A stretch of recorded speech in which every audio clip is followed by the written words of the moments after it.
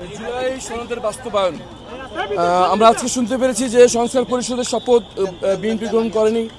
আমি বলবো যে একদিন দেরিও জুলাইয়ের যে অনুভূতি তাকে আঘাত করে। আমরা আহ্বান জানাবো কোনো মতেই আর বিলম্ব যেন করে না হয়।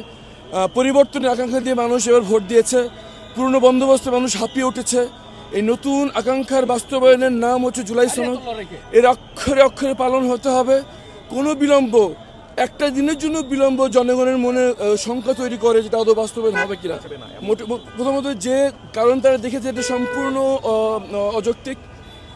সেই ঘোষণায় যে অর্ডিন্যান্স এটা জারি করা হয়েছে সেখানে বলাই আছে যে আমাদের সংসদ সদস্যদের শপথ গ্রহণ করাবেন তিনি এই কী বলে সংস্কার পরিষদের শপথ গ্রহণ করাবেন। এখানে যে যুক্তিটা তোলা হচ্ছে এটা খোরা যুক্তি। আমরা আহ্বান জানাবো আর কোনো বিলম্ব যদি না করা হয় আমরা ভিতরে যে আমাদের নেতৃত্বে আমরা সিদ্ধান্ত নেব আমরা কী করবো। কিন্তু আমরা মনে করি যে আজকে যে এই শপথটা হলো না এটা জনগণের মনে প্রচণ্ড আশঙ্কা সৃষ্টি করেছে। অবিলম্বে তারা আশঙ্কা দূর করবেন এবং কোনো কাল বিলম্ব না করে এই শপথ গ্রহণ করে স্পষ্ট বলেছে তারা এই শপথটা নেবে না। আপনাদের পদক্ষেপ কি হবে?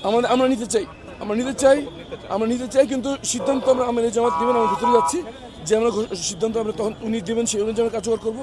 কিন্তু এই যে আজকে হলো না এটা জনগণের মধ্যে আশঙ্কা তৈরি করছে। জনগণ শঙ্কিত যে আদৌ কি সরকারি দল পরিবর্তনের ব্যাপারে প্রতিপক্ষ কিনা। আমার বিশ্বাস জনাব তারেক রহমান অবিলম্বে এই সংখ্যা দূর করে জুলাই সনদ বাস্তবায়ন করবেন। ধন্যবাদ সবাইকে। আসসালামু আলাইকুম।